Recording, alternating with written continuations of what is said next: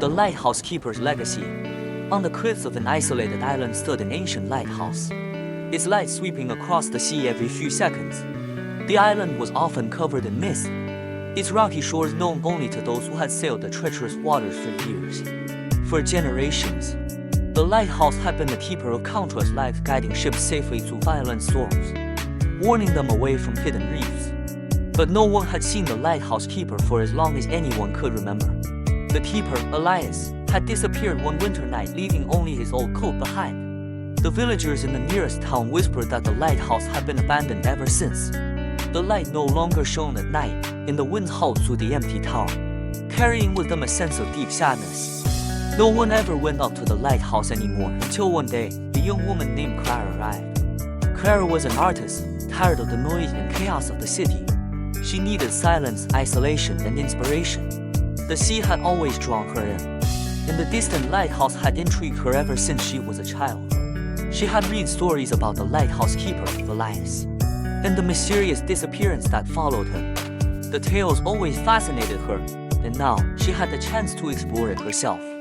She arrived in the small town on the mainland, where a few old fishermen still gathered by the docks. The locals were hesitant to speak to her about the lighthouse, their faces tightening when she mentioned it. After some time, one of the older men, with a face weathered by years at sea, finally spoke.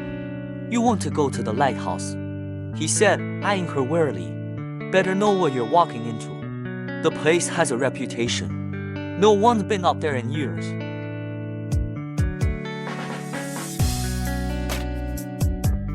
Clara smiled, and faced by the warning. She was used to being told she was chasing the impossible. "I'm not afraid of a lighthouse." The man gave her a long, scrutinizing look, then sighed. "Very well, but don't say I didn't warn you. The path to the lighthouse isn't for the faint-hearted. It's hidden by the cliffs, and the fog makes it hard to see. Take care." With that, Clara set out the next morning, walking along the winding path that led to the lighthouse. The air was thick with mist, and the sound of waves crashing against the rocks echoed in the distance. As she climbed higher, the cliff grew steeper, and the path narrowed. Soon, she reached the base of the lighthouse. The structure was old, its stone walls covered in ivy, the paint on the door peeling away with the years. The light at the top of the tower was still, as if frozen in time, and the air around the place felt heavy, as though the lighthouse had been waiting for her arrival. Clara pushed open the door and stepped inside. The walls were covered in dust, but the interior still held a certain quiet dignity. There were old chairs, a table set for one, and in the corner, a narrow staircase that spiraled upward. As Clara ascended the stairs, she noticed something strange. A faint light flickered from above, as though the lighthouse was still operational, but no one had been there to turn it on. The beams of light passed through the windows, cutting through the fog like a blade. Clara climbed faster, eager to understand what had happened here. At the top, she found the lantern, its glass panels fogged but still intact. The gears and mechanisms beneath the light were surprisingly well maintained, almost as if someone had been keeping the place in order even in the absence of the keeper. And there, beside the lantern, was a small, wooden box. Clara opened the box with trembling hands, curious about what it might contain. Inside was a bundle of old letters, their edges yellowed with age. The handwriting was elegant, yet fragile, as if written by someone who had known both love and loss. The first letter read, "To my dear Elias. I have seen the light that shines from your tower, and I know it will never falter.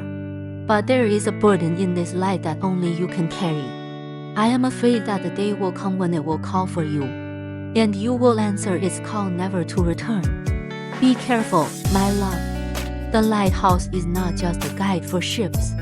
It is a keeper of souls."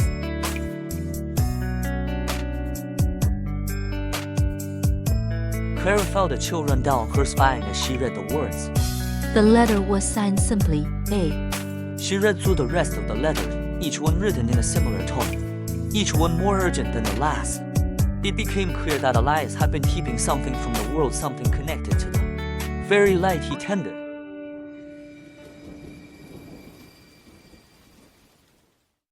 Clara spent the next few days in the lighthouse, combing through the old letters and searching for any clues. Each one seemed to tell a different part of the story.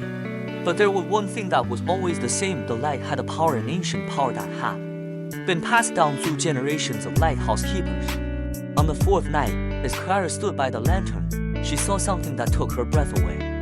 The light suddenly flickered, casting eerie shadows on the walls. For a moment, she thought she saw a figure faint, transparent, but unmistakably human standing at the window, staring out at the sea. Her heart raced, but she couldn't look away. The figure seemed to turn slowly, its face soft with sorrow. And then, in an instant, it was gone. Clara's mind raced. Was this Elias? Had he become part of the lighthouse, a part of the light itself? Had the stories been true?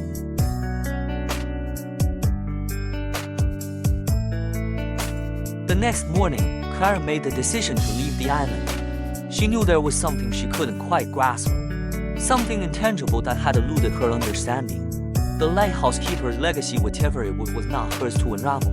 But the island, the lighthouse, the stories, they had touched her deeply, and she never lost hope for troubles.